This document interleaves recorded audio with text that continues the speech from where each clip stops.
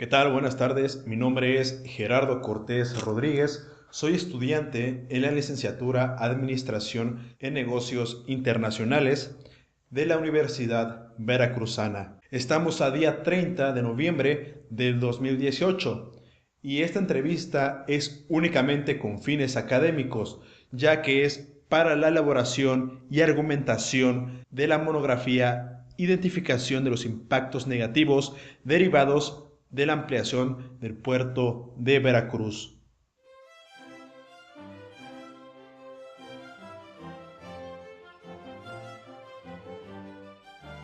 Estoy con Javier Martínez, el abogado Javier Martínez, director técnico de CEMDA, el Centro Mexicano de Derecho Ambiental, quien nos va a esclarecer puntos importantes sobre los impactos tras la ampliación del puerto de Veracruz.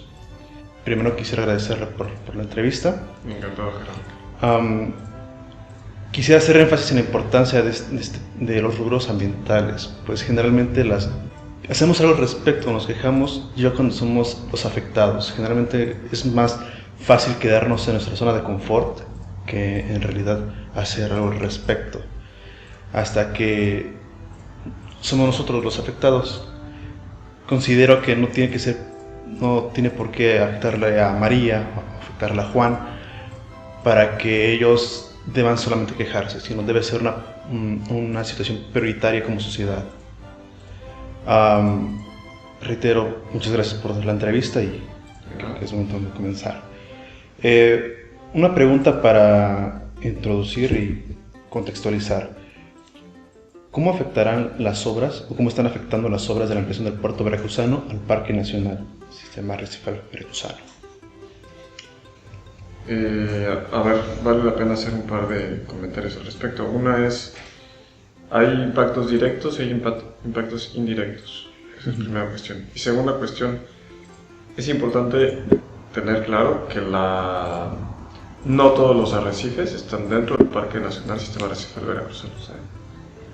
Hay arrecifes fuera que van a ser impactados y que por no estar dentro de esa mágica poligonal, pues se verán lastimados. Sí, no serán controlados. Y eso tiene que ver también con, y ya te apunto un tema, que es la falta de investigación, es decir, de presupuestos para que los académicos puedan estar haciendo eso, ¿no? Y que parte del trabajo que ha tenido que hacer la oficina tiene que ver con apoyar a la academia, particularmente a científicos con los que hemos estado trabajando muy de cerca, de poder documentar la existencia de los arrecifes.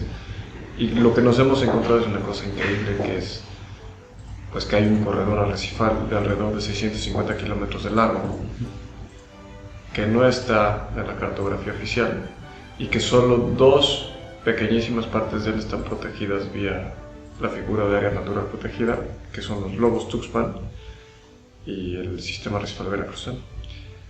Hay la iniciativa de proteger la parte sur, que serían los arrecifes de los Tuxtlas, pero digamos que lo que media entre estos tres espacios pues está a la buena de Dios, en un contexto de la existencia de muchas cooperativas pesqueras y de la explotación campante de hidrocarburos, ¿no?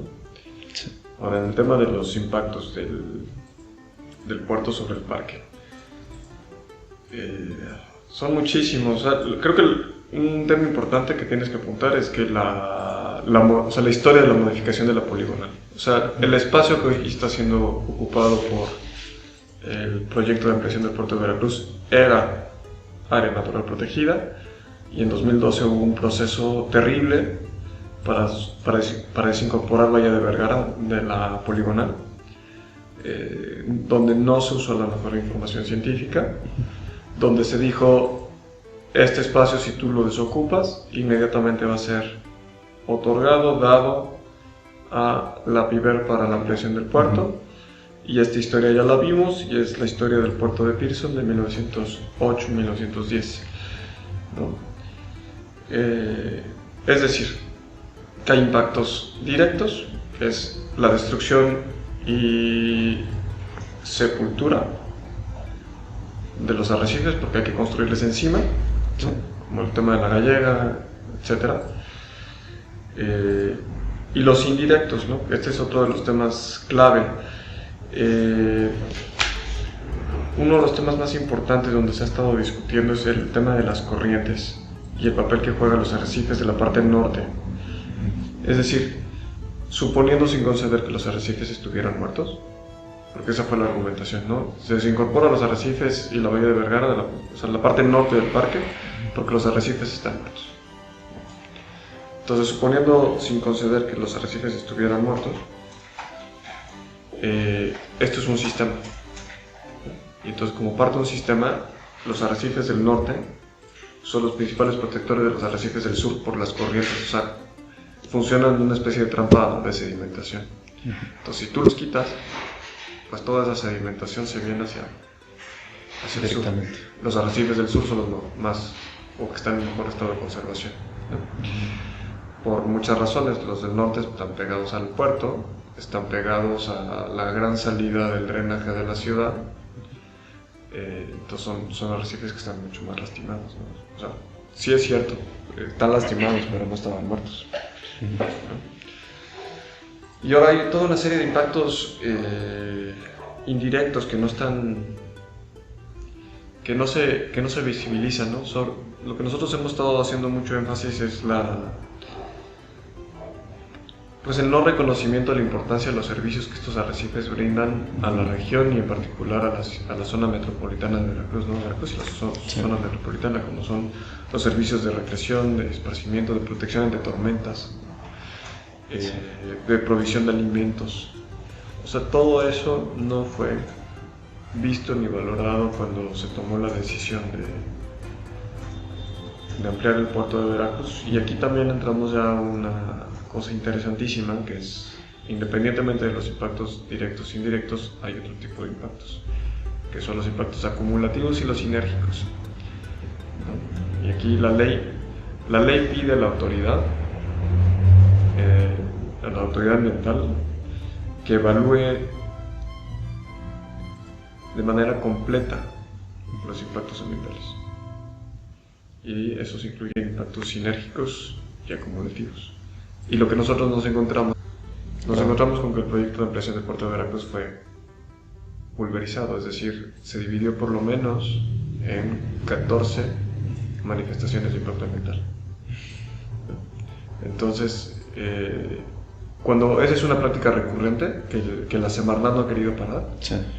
Pero esa práctica, que es ilegal, te permite o le permite a los promoventes esconder los impactos. Entonces, si mi proyecto tiene impactos muy grandes, cuando yo lo fragmento y lo presento, pues sí, ¿no? Todo parece mucho más chiquito, proporcionado, y eso es lo que nos encontramos. Entonces siempre hubo una discusión muy importante sobre cuál era el sistema ambiental regional de la ampliación del puerto de Veracruz. Y ellos decían, pues es de la boca del río Antigua a la boca del río Papaloapan. Y pues eso resulta ser que no es cierto. Y no es cierto, y se comprueba fácilmente viendo sus permisos y de dónde están trayendo la piedra, ¿no? Claro. La piedra la traen de Actopan. Entonces, por lo menos se subieron una cuenca más.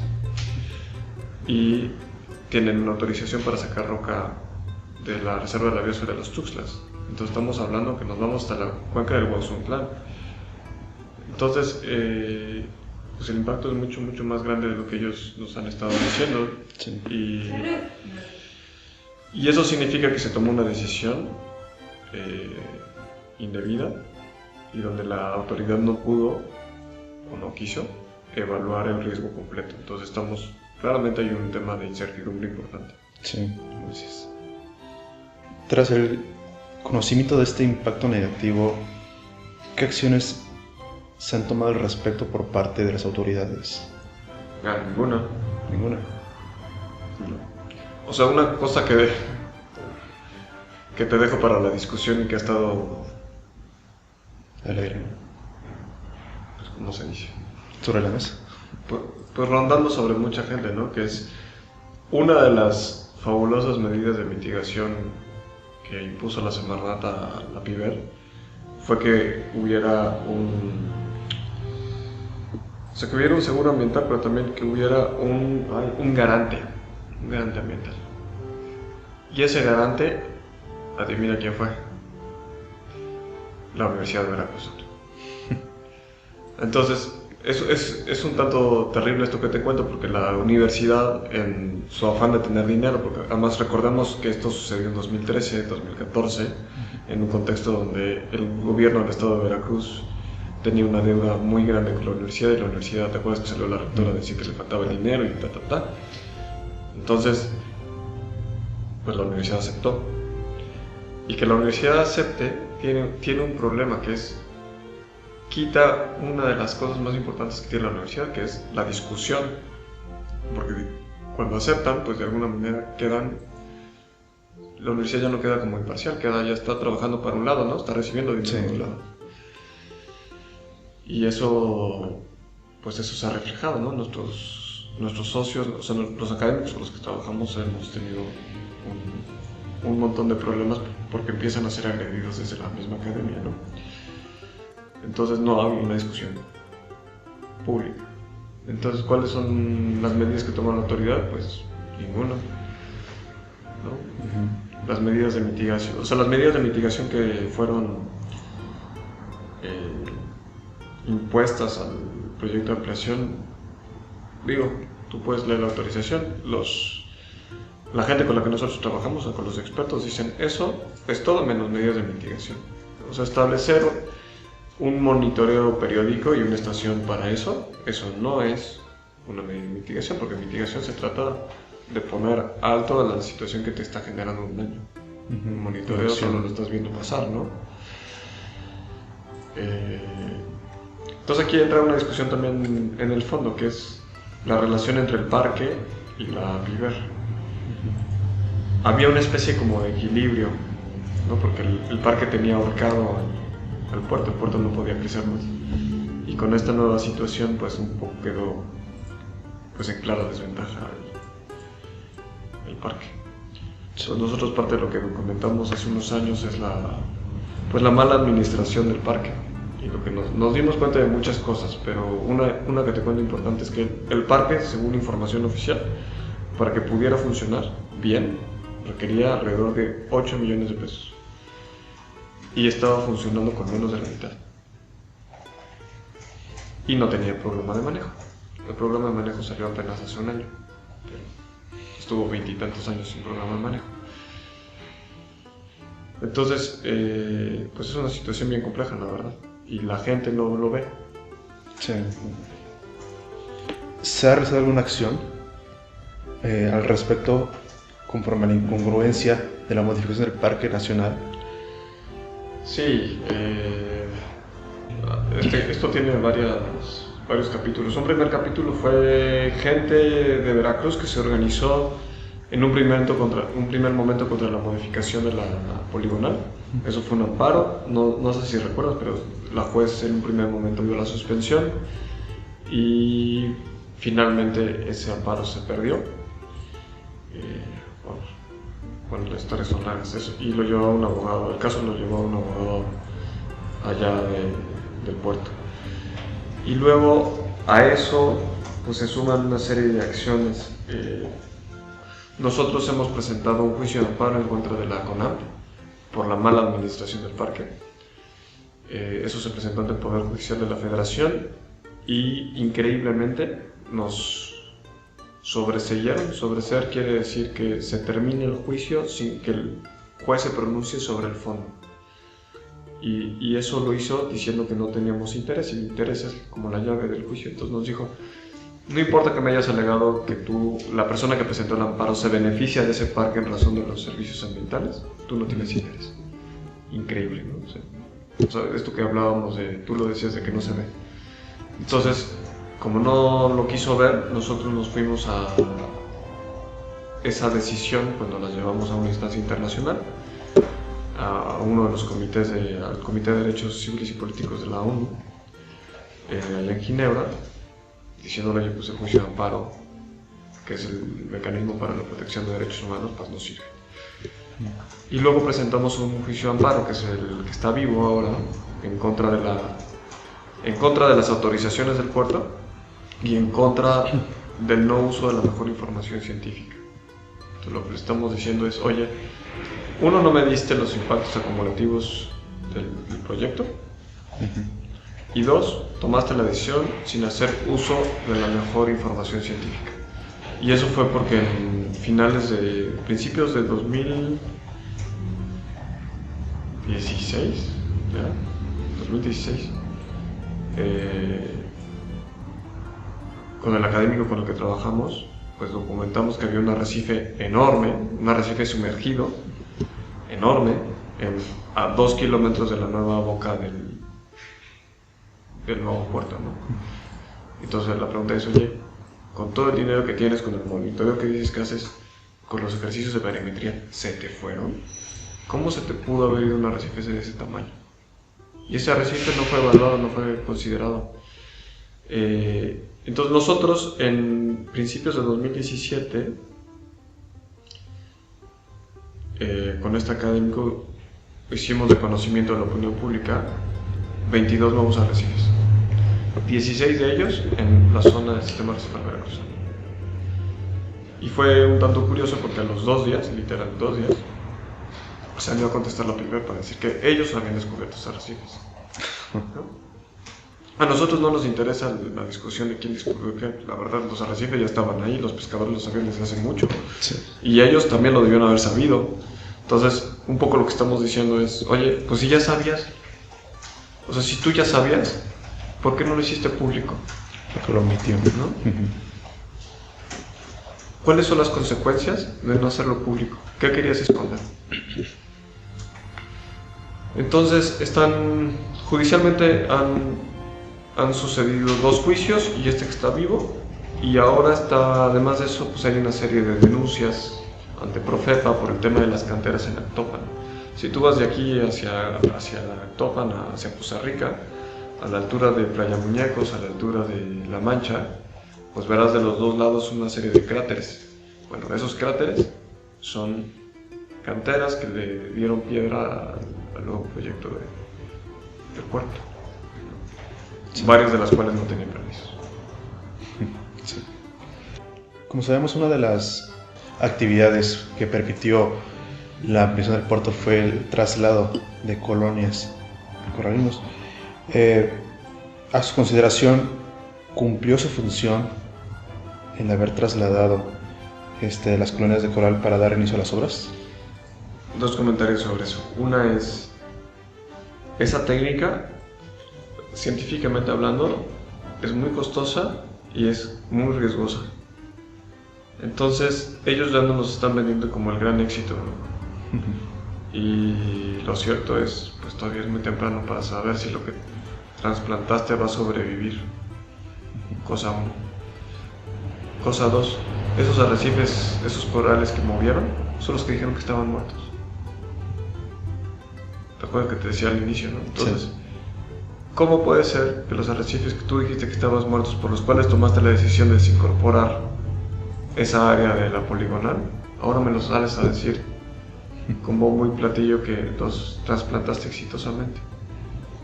¿Me explico? Ese es el nivel de discusión.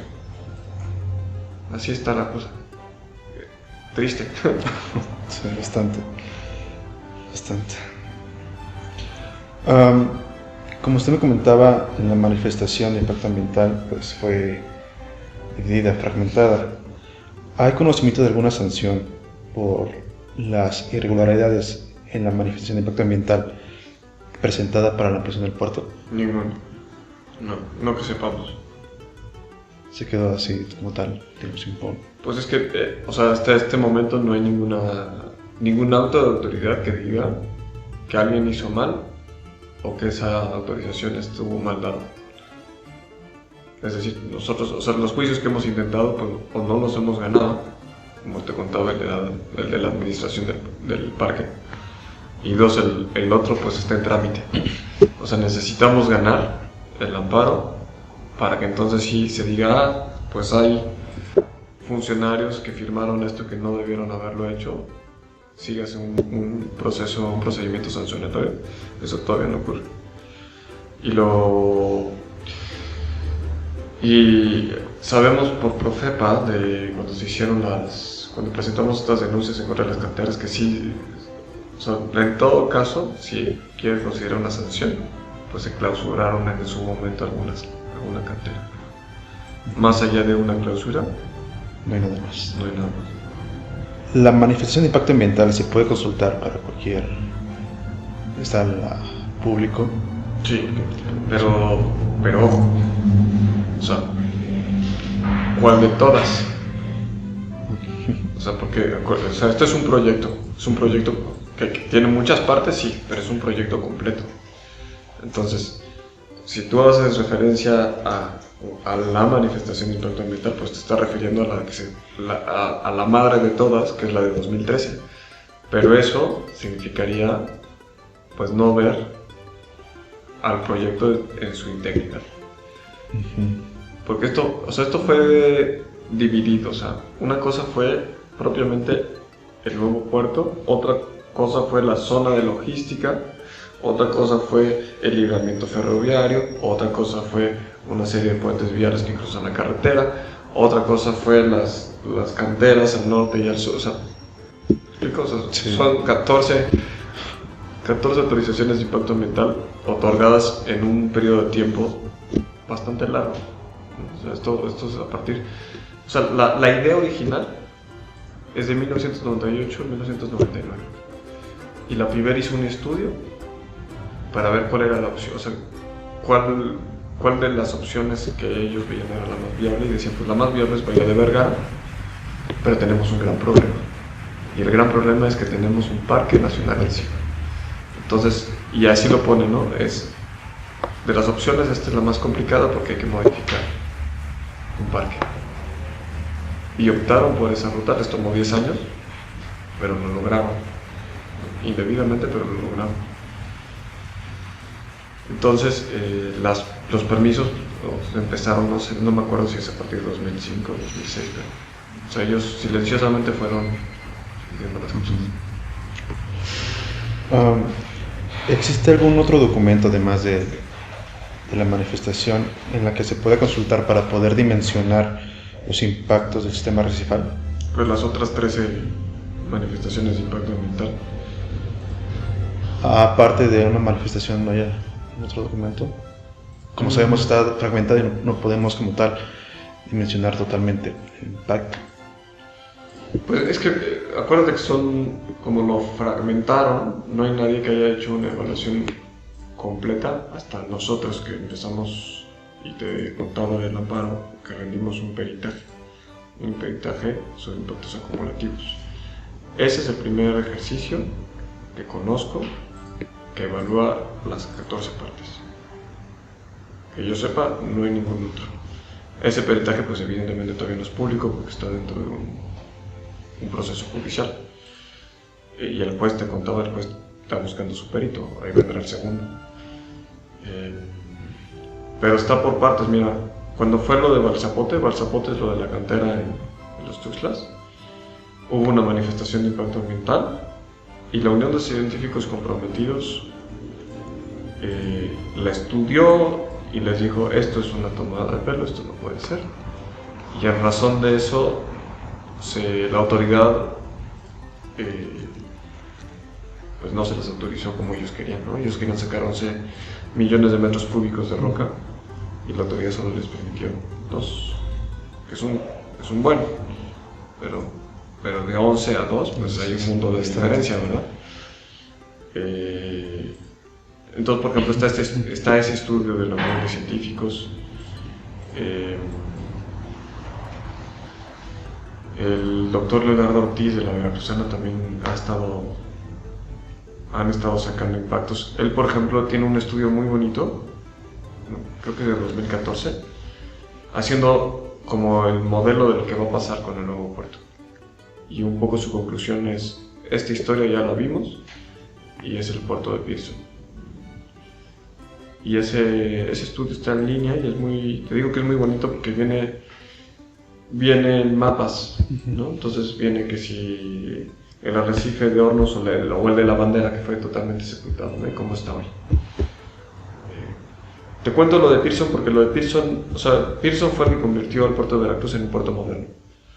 Y él fue el responsable de cerrar el canal del norte. O sea, antes, San Juan de Ulúa, pues está en el arrecife de la Gallega. El arrecife de la Gallega no era un arrecife costero, como es hoy, porque mediaba un canal. Por eso estas historias fabulosas de cuando venían los piratas, se ponían cadenas de San Juan de Ulúa hacia la ciudad, interrumpiendo por tanto el canal de navegación y dejando a los piratas que pudieran navegar entre cadenas y los arrecifes, ¿no? Por eso también esa zona, uno de los argumentos cuando se decía que no podía ampliarse el puerto ahí, es por la cantidad de pecios que hay ahí, ¿no? Ahí está el loro del pescador, pues ¿de dónde salió? Pues de un pecio. Entonces te contaba yo esto porque Pearson lo que hizo fue construyó una barrera que unió el continente con Gallega por la parte norte, interrumpiendo por tanto el canal del norte y por tanto iniciando el proceso de sepultar una serie de arrecifes como la Bandera. Y eso es un poco lo que va a pasar ahora, o lo que ya está pasando con los arrecifes del norte, ¿no? Con Punta Brava. ¿Qué otros documentos pudieron ser consultados por la APIVER, además del estudio proporcionado por la UNAM, para argumentar el bajo impacto ambiental? ¿O fue obligatorio el utilizarlo? Ha habido mucha discusión, entre otras cosas. Hay que entender que el proyecto de ampliación del puerto de Veracruz va o está inmerso en un contexto que se origina a partir de la inauguración de Panamá 2, que Panamá 2 cambió la manera en que entendemos la ingeniería náutica, o como se diga eso. O sea, la forma en que se construyen barcos se determina por los canales de Panamá, y Panamá 2 es una cosa mucho más grande. Entonces esos barcos ahora van a poder tener de quilla, o sea, la profundidad del barco hasta 18 o 20 metros. La capacidad del puerto de Veracruz actual es de 10. Es decir, que si no hacen esto, se quedan fuera de la jugada porque los barcos no van a poder entrar. Correcto. ¿No? O sea, ese es un poco el origen de esto. Y lo que se ha estado diciendo es que parte de estos estudios tiene que ver con que el tipo de suelo de Bahía de Vergara pues no les va a permitir, o más bien, que va a requerir un montón de mantenimiento, que son suelos blandos. Entonces que la operación del puerto a la larga va a ser carísima, porque el costo se lo van a tener que poner a los barcos que entren, y por tanto quién sabe si los barcos van a querer estar entrando. Entonces ahí está. Yo para ese tema de ese estudio recomiendo que hables con Leonardo. Muy bien, gracias. La ampliación del puerto, tras ser considerado un punto importante tras la Convención de Ramsar, ¿existe alguna intervención internacional por parte de alguna organización, alguna institución aparte de SEM? Bueno, digamos que desde la sociedad civil nosotros estamos con dos organizaciones que pues, tienen peso internacional. Una es Greenpeace y otra es AIDA, ¿no? La Asociación Interamericana para la Defensa del Ambiente. Ahora nosotros, con AIDA, hemos pedido la intervención de Ramsar, de la CDB y de la Convención de Tortugas. De esos tres les hemos dicho, oigan, tienen que venir a ver. Particularmente de Ramsar nos importa porque Ramsar sí tiene un mecanismo para proteger. O sea, ellos tienen un mecanismo para dictar medidas para los sitios que tengan problemas. Entonces nosotros, desde que sucedió esto, o sea, estoy hablando de 2014, les dijimos, oye, tú no puedes hacer esto, y si lo vas a hacer, necesitas decirle a Ramsar. Y Ramsar tiene que venir, y Ramsar tiene que decirte una serie de medidas. Y a nosotros eso nos interesa mucho que suceda, porque eso sería la primera vez que tengamos a alguien imparcial en este asunto. Y aquí lo que no ha habido es gente que sea imparcial. O sea, generalmente todo lo que se ha estado generando apunta a favor de la ampliación. ¿Hay indicios de que eso ocurra a corto plazo? No, y yo creo que no va a suceder. Nosotros tenemos 4 años pidiendo. Mira, nosotros se lo pedimos al gobierno mexicano. Le dijimos a la CONAMP, oye, porque la CONAMP es el punto focal. Le dijimos, pídelo, estás obligado a, no es de que quieras, estás obligado. Y ellos primero nos dijeron, lo estamos meditando, y luego con la mano en la cintura nos dijeron, no lo vamos a hacer. Y parte del amparo que te cuento de la mala administración, pues tiene que ver con el cumplimiento de su obligación. Y donde nos dijeron que no. O sea, lo que un juez nos dijo, que una persona no puede salir a la defensa de las áreas naturales protegidas de las cuales se beneficia. O sea, así está hoy el criterio judicial. Bastante triste. Ya para poder cerrar todo esto, ¿se puede realizar algún tipo de acción para restaurar los impactos hasta ahora provocados al Parque Nacional? Pues depende de qué parte. O sea, los arrecifes que ya fueron sepultados, pues no hay manera de restaurarlos. Otras partes del parque todavía pueden. Eso lo explican los académicos bastante bien. O sea, hay manera de mitigar, o sea, por eso son las medidas de mitigación, porque las cosas que ya se perdieron, pues ya perdieron. Son permanentes. ¿Hay manera de recuperar algunas de las funciones ecológicas perdidas? Sí. Pero lo perdido, o sea, los arrecifes que fueron sepultados y que ya han muerto, se perdieron.